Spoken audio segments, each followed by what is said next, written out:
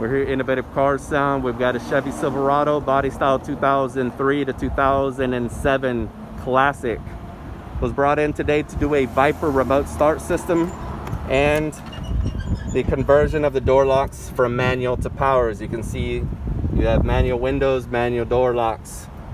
We took each of the doors apart. We put some motors in. I'll show you the alarm system. It's the VIPER with PAGER, remote start, lock and unlock, and the security system. I have the keys right here. If we hit lock, door locks will move.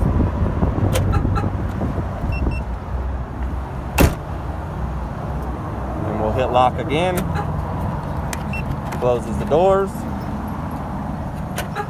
Unlock, opens them up.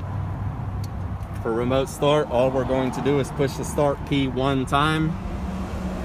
Lights will flash on and the engine will crank.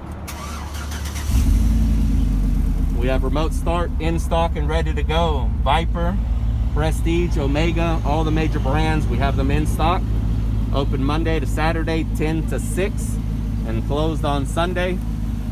So it's all set and ready to go. We'll see you guys on the next one.